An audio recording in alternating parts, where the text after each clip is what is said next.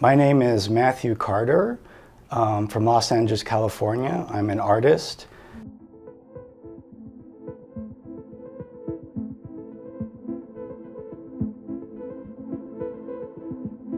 It's kind of the cliche. Since I was a kid, I always loved to draw and make art, and especially my mother was always very supportive and encouraging of that.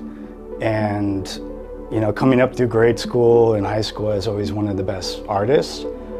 When I was thinking of a profession to go into or a field of study, art kind of seemed like the default. I couldn't think of anything else.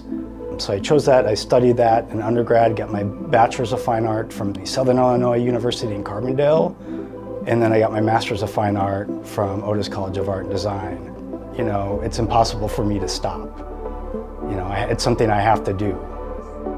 I'm not really practicing Christian myself anymore, but my great-grandfather was a Presbyterian minister, so it's something that's in my heritage, something that culturally I've been exposed to a lot. I love symbols of religion. I love like crucifixes. I think are very beautiful, and there's a lot of aspects of religion that I find very valuable and interesting, kind of embracing the mystery of things, something that is bigger beyond yourself, the divine, the transcendent. The flames, the stars, the flames kind of has a few different meanings for me. Moving to California, it was like the first place I ever lived where I feel like it could burn down. You know, the threat of wildfires, the first time driving to LA, you know, when I arrived, I was on the freeway and there was fires on both sides of the freeway. And coming from the middle of America, there's no such thing as forest fires. We have floods, we have tornadoes. It's just something that doesn't happen.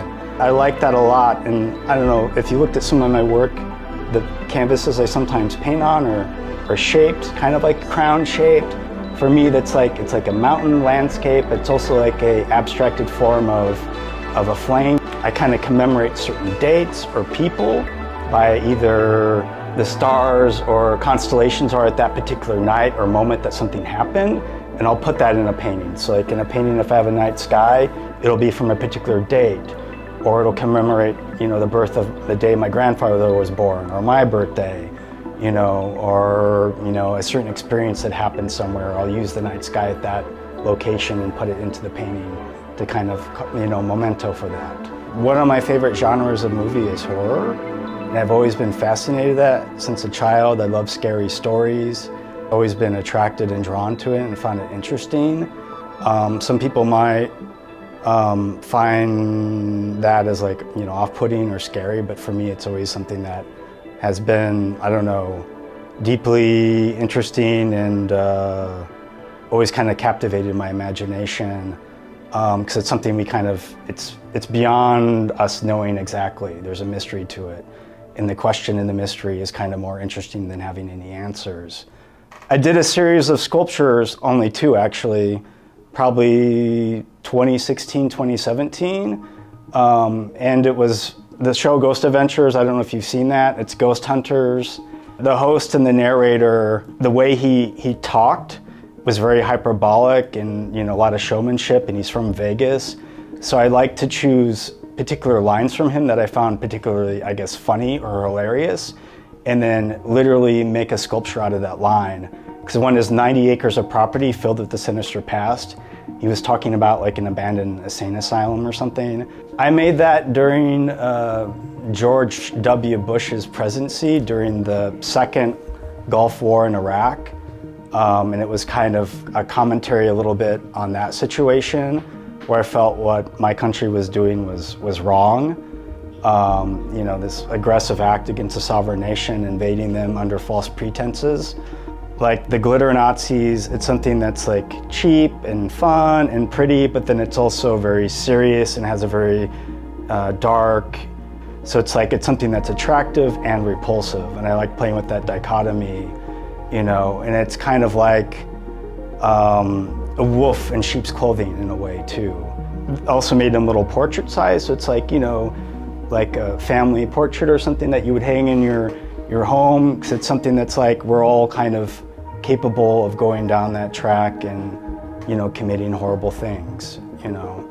Yeah, I've experienced the supernatural. I've experienced, I guess, prophecies, very little ones, not like ones about big world politics or events, but very small ones. But I lived in a place that was haunted. I had ghosts grab me, move things around. One time I was laying in bed and I felt the hand grab and tug me.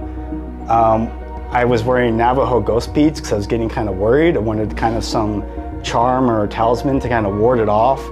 That was stolen off my wrist when I was sleeping, you know, upside down looking for it. Yeah. The past, I say, since 2018, I've been making the work that I'm making now. That's very inspired by the desert, kind of California mythology, transcendence. Psychedelics is maybe another part of the transcendence or kind of religious experience too. I've always loved country music. That's, for me, I find kind of a religious, divine value or sensibility in that. And that often has like a aesthetic of heartache, which I think is universal, you know, which I find, you know, always very interested in, you know, because I'm like, in many ways, very romantic person or something. Oh, it's a huge honor. And having you work on billboards throughout the city, for me as a visitor who's never been to Monterey, you know, it forces you to visit the city, drive it, experience it.